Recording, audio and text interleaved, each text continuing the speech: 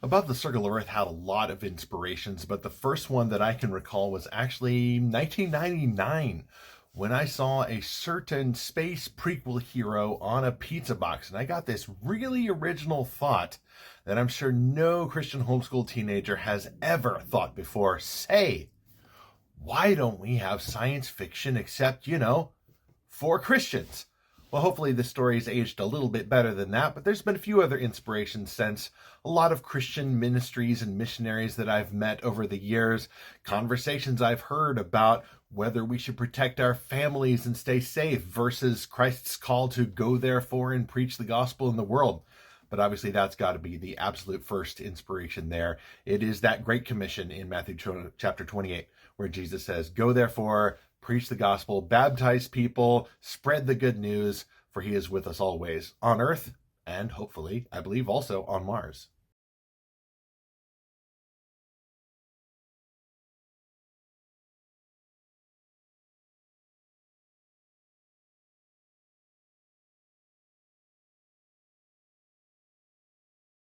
I think lots of authors listen to music when they write. As for me, I can only listen to sort of quiet, ambient, planetarium lobby style music if I'm doing a first draft of a story. But if I'm editing, the complexity can get up there. And my favorite composers, I think at this point, notwithstanding Howard Shore of Lord of the Rings, I think the best composers for an Above the Circle of Earth film version would be Hans Zimmer. And one of his composer allies, actually named Tom Holkenborg. They together did the score for Batman v Superman, which isn't much like the Circle of Earth, but I think they could still do it. And then Tom went off on his own to do the score for Zack Snyder's Justice League, which is epic. But there's lots of music that I enjoy. Hans Zimmer also does at least the title tracks for a bunch of the BBC Earth documentaries, so he's already done stories with Earth in the title. And of course, a lot of science fiction as well that I really enjoy from him.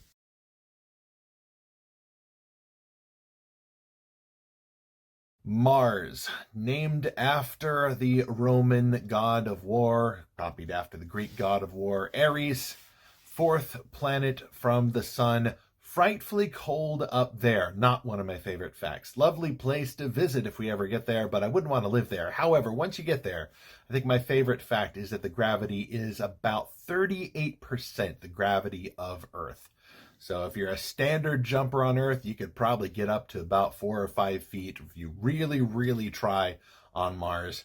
And you could clear some distance, but it also has some really, really long orbits, so your birthdays would be cut in half, only one Christmas or New Year's every year. The calendar gets really confusing.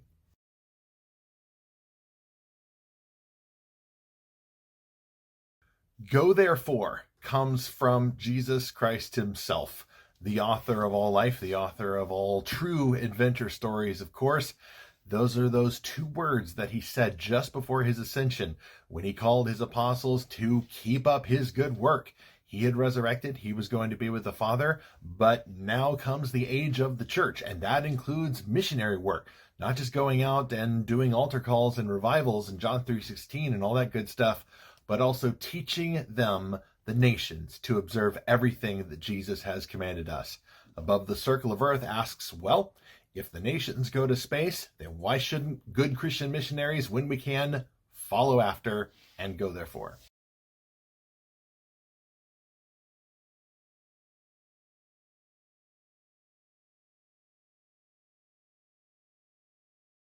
So Brock Rivers lives on Mars, or at least he has lived on Mars for about 7 years, where entertainment is in short supply. Unlike me, he's much more of a reader.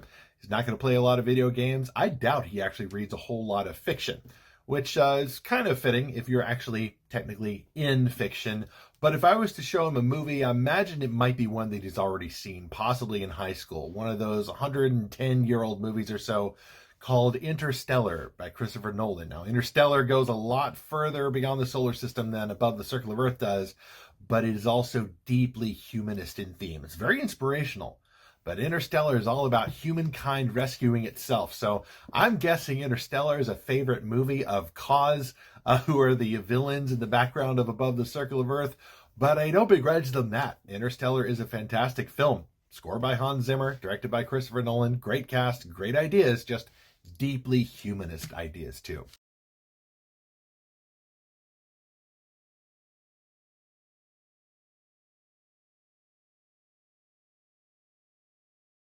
Above the Circle of Earth can't help being a story entirely based on faith. Without faith, there would be no story. There's doctrine disputes in there, there's some theology here and there, but this is mostly story about people, about the difficult and hard decisions that they face when trying to pursue God's calling to go therefore, while also protect their own, protect their families, protect their people from even further harm. So that's a really big faith element there, though you'll probably be able to find a lot of other themes. But for me personally, I think the biggest faith challenge was just simply working on the story, trying to get it out there. There's a few stories about space missionaries, but a lot of them come from some perspectives that are a little different from mine. So, not necessarily the first, but I think this is probably the first story to reckon seriously with the idea of biblical Christian missionaries trying to engage in missions work in a world that's very hostile to their faith. And I think that's a very unique position.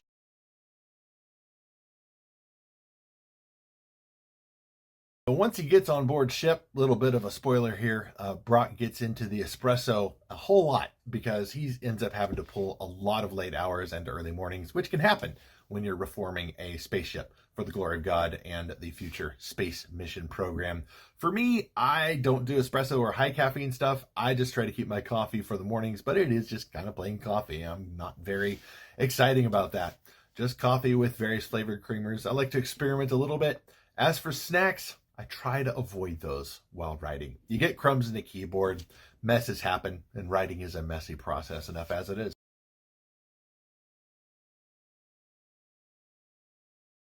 So long before any science fiction I wrote found a home on your bookshelf, I've been the publisher of lorehaven.com. That is a web-based mission to explore fantastical stories for God's glory. We have a podcast, Fantastical Truth, that releases every Tuesday. Zach Russell and I this year have been going through Jesus in every genre, where we're talking about medieval fantasy, romantasy, sci-fi, soft and hard. We'll be going over some more genres going forward this year. We also do reviews every week when we can, and articles, news, opinions about movies and such. It's all for the purpose of helping you, the reader, become a discerning and enjoying partaker in these stories, with particular attention to our Christian neighbors who are making not just wholesome stories, not just fantastical stories, but wholesome, fantastical published stories that are excellently done. Lord willing, Above the Circle of Earth will join their august ranks.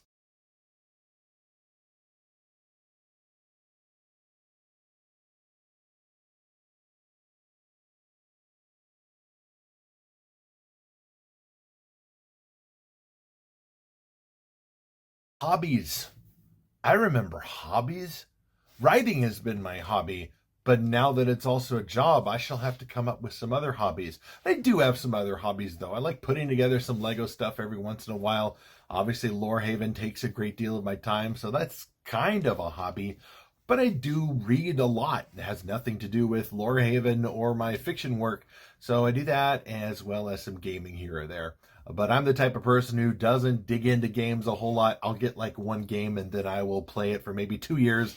Then I'll switch over to another game for 2 years, video games that is, and then I'll switch back to the original one and play through it again. So can't get a whole lot into the gamer culture, at least not yet. But like I said, I'll need new hobbies. So what are your favorite hobbies? Recommend me some. I'm going to need them.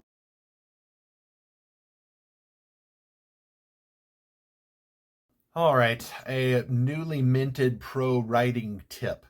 If you're ever stuck in the writing process, how do you get unstuck?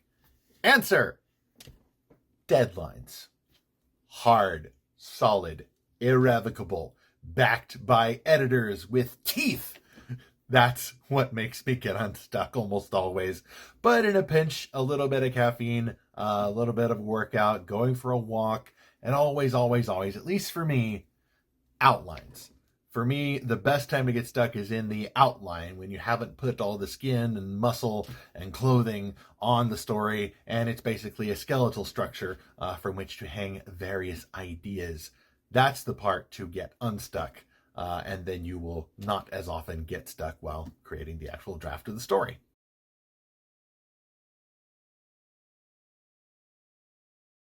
One of these days, I'm going to put a dog on a spaceship, and possibly a very chaotic dog.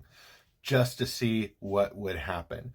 What would that dog chew up? What systems could it get into? There was a dog on one of the Enterprises, the first Enterprise of Star Trek Enterprise, the prequel series, Porthos, the captain's dog, Captain Archer. But Porthos was a prop. He stayed in the cabin. You didn't see him a whole lot. I'd want to see the dog running around the ship, just exactly what hijinks could ensue.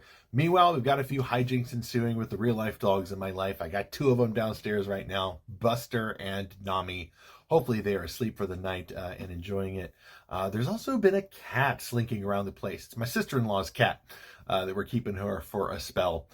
She likes to crawl onto the desk and block the computer screen during moments of intense editing or working on my Above the Circle of Earth study guide. So chances are, folks, there may be some cat hair on the study guide. Sorry about that. Just brush it off.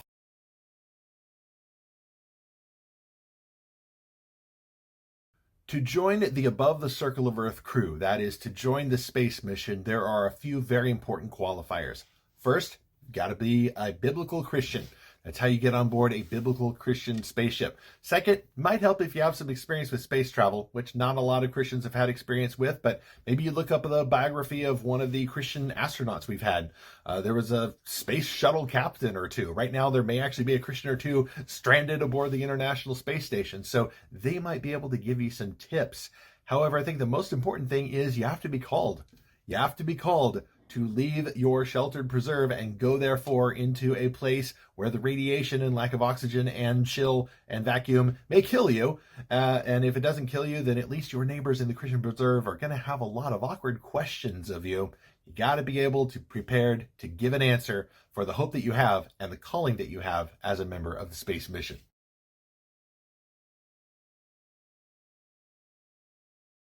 It would be a whole lot easier to show some of my prized fandom collectibles if Instagram allowed IMAX format, but let's see what I can do with this vertical display. First off, my favorite hero, Superman, certainly favorite superhero. This is the black suit version from Zack Snyder's Justice League. That's Henry Cavill right there. My favorite Superman so far. Maybe some good ones in the past and future, but he's my favorite. Hope he'll be back, but even if he's not, a chap can dream. Here's Spider-Man. This is the Tobey Maguire version. These are the little wires that he came in with the package, so they just made for a perfect web. With great power must also come great responsibility. Who else we got here? Gandalf the White. I think it's the 12-inch version. He's looking pretty good, right? Man, they made him really great there back in 2003. A couple of anime fellows here. Monkey D. Luffy, Kaizukuni, Orewanaru. He's going to be king of the pirates someday, as you may know. And then another favorite hero of mine, another superhero. This is All Might. Mo daijobu, nazate, watashi ga kita. Yes, I am a partaker in the subs of anime, but shout out to all of my dub fans as well. We can live in peace as different denominations, as unto the Lord.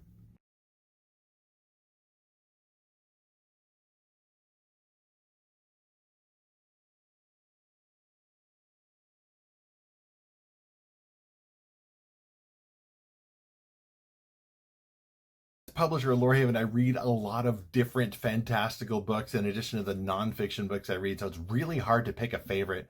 But growing up, I did read a lot of kind of light sci-fi books. There's obviously the Christian standards, Chronicles of Narnia. I caught up to Lord of the Rings embarrassingly late in life. Don't tell anybody, right before the movies came out. But at least I read them right before the movies came out. So those obviously were formative. But I also grew up on a lot of the evangelical greats. A lot of people know, of course, Frank Peretti. You're familiar with the Darkness books. I read those too. I love them. But to me, Frank Peretti's Darkness novels are like the next generation of Star Trek. That's what everybody remembers. Everybody remembers the characters. Behold, Frank Peretti's Deep Space Nine. Deep Space Nine is probably the best Star Trek show, the most complex. It's got some darker themes in there. There's a little bit more depth to the characters and the storytelling. This is Peretti's version of that. It's called The Visitation. It's about a struggling pastor who has to confront a false Christ in his town and deal with the consequences and ups and downs and true blessings of his own ministry. I would say that The Visitation is almost a comp title for Above the Circle of Earth, except Ace has a lot more spaceships and is definitely a little less grounded. Travis Jordan from Frank Peretti's novel could never go to Mars, but Above the Circle of Earth's heroes do. There's also a lot more emphasis on missionary work as opposed to local church work. So, one of my favorite books. I had the pleasure of recently rereading it last year, and maybe I'll talk to Frank Peretti sometime on board a spaceship and discover his writing secrets.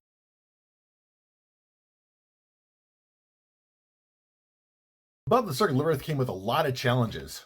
Probably the most severe challenge was the very early drafts when it had different names, some different characters, and a different thematic emphasis, where it was just a challenge as a much younger writer without a whole lot of kilometers on him to figure out, what is this story actually about? Is it just a story about Christians versus atheists? Is it creation scientists versus evolutionists?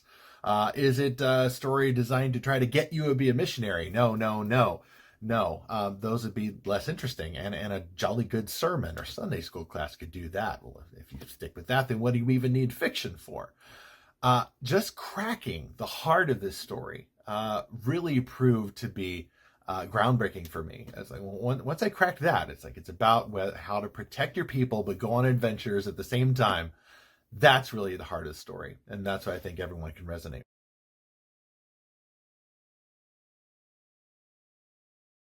So I'm not trying to be too clever here, but the most enjoyable part of writing The Circle of Earth to me so far has been the editing.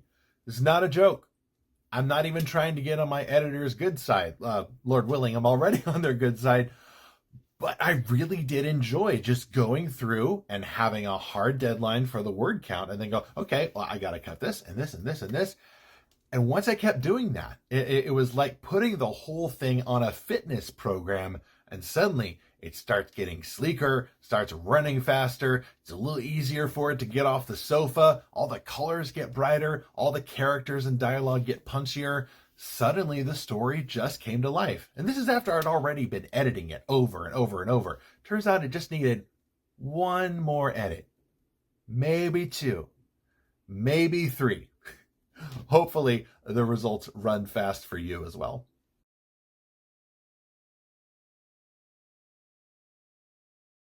Hey, thanks for watching the interview and joining me in my writing headquarters. Above the Circle of Earth by yours truly, Eastever Burnett, launches Tuesday, March 4th from the fine crew at Enclave Publishing and Oasis Audio. It's going to be a hardcover like this one. It's also going to be a digital version, and there will be an audiobook read by the terrific G.M. Hakim. Can't wait for you to explore this story just as I've been exploring it over the past several years.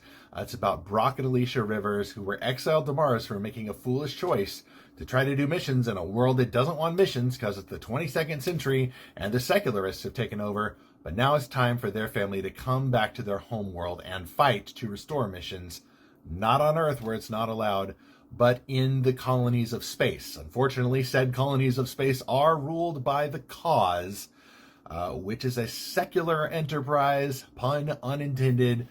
Cause is run by humanists, and they're the ones who put Christians and other religious people on Earth in preserves where they can't really get out and do stuff like share their faith, which is what a Christian ought to want to do. So Brock and Alicia and their friends are going to have to fight for the space mission, not just against Cause, but against some very hard questions and challenges, and even one secret adversary arising from among their own people. Above the Circle of Earth, coming out March 4th. My great pleasure to share it with you all. I'm really excited to finally get this ship out in the world. Let's hope she flies for you too.